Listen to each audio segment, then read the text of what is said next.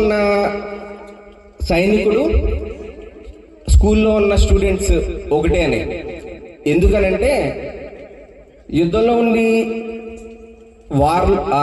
వాడు యుద్ధం చేయకపోతే సైనికుడు విలువే ఉంటుంది. ఇంకా అదేవిధంగా స్టూడెంట్ కూడా చదువుకోవడానికి వచ్చి చదవకుండా ఉంటే వాడికి విలువ ఉండదు. యుద్ధంలో ఉండి సైనికుడు వారు చేయకపోయినా చనిపోతాడు. At the same time student కూడా వచ్చి మనం చదువుకోవాల్సిన వయసులో చదువుకోకుండా టైం వేస్ట్ చేస్తే మనకి తర్వాత ఫ్యూచర్ ఉండదు అనమాట. సింపుల్గా మనం అందరూ సోల్జర్స్ కింద ఫీల్ అవ్వాలి. At the same time goals. మనకి హై స్కూల్ నుంచి నాకు గుర్తున్నది ఏంటంటే, నాకు హై స్కూల్ అంటే చాలా ఇష్టం. అప్పట్లో బాధపడే వాళ్ళం ఏంటి, నన్ను స్కూల్ మాకు హాస్టల్లో వేసారు. మీరందరూ చాలా లక్కీ ఫీలోస్. మాకు దగ్గర విజయవాడలో వేసారు. 4th వరకు నేను గౌరీపట్నం స్కూల్లో చదివాను, నిర్మలా స్కూల్ అని చెప్పి. తర్వాత నుంచి మా పేరెంట్స్ ఏంటంటే విజయవాడలో స్టడీస్ బాగుంటున్నాయి, చుట్టుపక్కల ఎక్కడ కార్పొరేట్ స్కూల్స్ లేవు అని చెప్పి విజయవాడలో నాకు 4th క్లాస్ అయిందో 5th క్లాస్ నాకు కనీసం ఎలా చదవాలి ఏంటి అక్కడ ఎలా ఉంటుందో ఏమీ తెలియదు. అటువంటిది విజయవాడ తీసుకెళ్ళి నైట్ నాకు ఇప్పటికీ గుర్తే, నన్ను తీసుకెళ్ళి హాస్టల్లో జాయిన్ చేసి మా పేరెంట్స్ రిటర్న్ అయ్యేటప్పుడు టైం దగ్గర 11:30 నైట్. సరే దింపేశారు, వాళ్ళు వెళ్ళిపోయారు. మార్నింగ్ లేచేటప్పుడు నాకు హాస్టల్ ఫస్ట్ టైం దగ్గర హోమ్ సిక్ అనమాట. నేను ఆ హోమ్ సిక్ నుంచి బయటపడడానికే దగ్గర 6 months 7 months పట్టింది. ఆ రోజు బాధపడతా ఉండేవాళ్ళు, ఎప్పుడు ఫోన్ చేస్తారు. మా పేరెంట్స్ ఫోన్ కోసం వెయిట్ చేసేవాళ్ళు. అప్పుడు సెల్ ఫోన్స్ ఉండేవి కాదు, ఏం ఉండేవి కాదు. ఫోన్ వీక్లీ వన్సే, అది కూడా సండేస్. పెద్ద లైన్ ఉండేది. మా పేరెంట్స్తో మాట్లాడడానికి 5 minutes కోసం ఓ పెద్ద లైన్లో వెయిట్ చేసేవాళ్ళం అన్నమాట.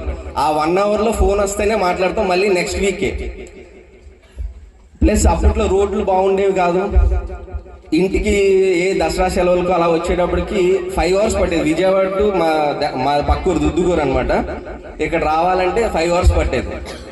సో అలాగా మీకు అంత దూరం వెళ్ళాల్సి లేకుండా భాష్యం లాంటి స్కూల్స్ ఇలాంటి ప్లేసెస్లో కూడా వచ్చి మంచి కార్పొరేట్ లెవెల్స్లో friendly education at the same time quality educations ఇస్తున్నందుకు మీరందరూ చాలా lucky.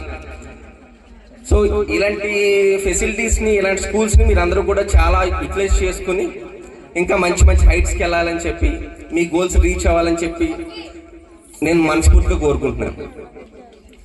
At the same time ఏంటంటే, ఒక క్లాస్లో ఎవరు టాపర్ అని చెప్పి, లేకపోతే ఒకళ్ళు లీస్ట్లో ఉంటారని చెప్పి ఎవరు ఏం ఫీల్ అవ్వక్కర్లేదు. ఎందుకంటే ఎవరికి ఉన్న టాలెంట్ ఇంకోళ్ళు ఎవరికి వేరే వాళ్ళు తీసుకోలేరు, అందరూ ఒకలాగే ఉండలేరు. ఎందుకంటే మన 5 వేళ్ళు ఒకలా ఉండవు. ఒక మనిషి ఇంకో మనిషితో ఎవరు కంపారిజన్ కాదు. ఈ రోజు టాపరే రేపు కూడా అలాగే ఉంటారని ఎప్పుడూ లేదు.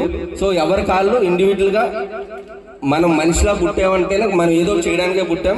సో ఎవరు ఫెయిల్యూర్స్ కాదు, ఎవరు టాపర్ అనే మాట లేదు, ఎవరు చిన్న అనేది మాట లేదు. అందరూ అచీవర్సే. చదువుకుంటున్న ప్రతి ఒక్కళ్ళు కూడా అచీవర్సే, ఇర్రెస్పెక్టివ్ ఆఫ్ మార్క్స్ అనమాట. మనం ఇలాగే రాయాలి, ఇలాగే చదవాలి, నాకు 100 మార్కులే రావాలి, అది కాదు మనకు కావాల్సింది. మన టీచర్స్ ఏం చెప్తున్నారు అందులో ఉన్న మీనింగ్ తెలుసుకుంటే చాలు. ఇలాగే రాయాలి, ఆ సెంటెన్స్ అలాగే ఫామ్ చేయాలి, ఆ మీనింగ్ అర్థం చేసుకుని మీకు నచ్చినట్టుగా రాయండి. మీకు ఫుల్ మార్క్స్ రాకపోవచ్చు, కానీ మీరు సెల్ఫ్ సాటిస్ఫాక్షన్గా ఉన్నారా లేదా అనేది మెయిన్. ఎప్పటికీ మీరు సెల్ఫ్ సాటిస్ఫాక్షన్గా ఉండి మీరు అనుకున్నది రాసేవారు, మార్క్స్ రాకపోయినా పర్వాలేదు, మీరు హ్యాపీగా ఉన్నారు అని అంటే లైఫ్లో ఎప్పటికైనా సరే మీరు ఎలా అయినా అచీవ్ అవుతారు. ఈ మాట ఎందుకు చెప్పానంటే, నన్ను నేను ఎంబీబీఎస్ జిఎస్లో చేశాను. జస్ట్ ఒక 1 mark అంటే మాకు 75% వస్తేనే పాస్ అనమాట. 100లో 75 రావాలి ఫస్ట్ ఇయర్లో. మాకు 4 subjects ఉంటాయి ఫస్ట్ ఇయర్లో. అందులో ఒక సబ్జెక్ట్లో ప్రాక్టికల్గా జస్ట్ 73 marks వచ్చినాయండి. 73 marks రావడం వల్ల మాకు డిటైన్ చేస్తారు. ఒక 1 year వరకు మళ్ళీ నెక్స్ట్ క్లాస్కి వెళ్ళాం. సో నేను 2008లో ఎంబీబీఎస్ జాయిన్ అయినోని మా బ్యాచ్ 300 members ఉంటారు. 300 members-లో నుంచి దగ్గర 12 members మేము డిటైన్ అయిపోయాం, అంటే ఫెయిల్ అయ్యాం. అది ఎలా అవ్వచ్చు, చదువుకోకపోవడం వల్ల అవ్వచ్చు, మేము ప్రజెంటేషన్ తప్పు చేయొచ్చు, ఇంకోటి అవ్వచ్చు. దానివల్ల ఆ 300 members-తో లేకుండా ఒక 12 members సెపరేట్ సెక్షన్లో ఉండేవాళ్ళం మేము. మా ఫ్రెండ్స్ అందరూ అలాగే ఉన్నారు సార్. అప్పుడు ఫెయిల్ అయ్యాం. తర్వాత మళ్ళీ ఫైనల్ ఇయర్కి వెళ్ళేటప్పటికి అందరితోటి అటాచ్ అయిపోయాం. ఆ 1 year గ్యాప్ దాటుకుంటూ 6 monthsకి రాసుకుంటూ వచ్చేసాం సబ్జెక్ట్స్ అన్ని.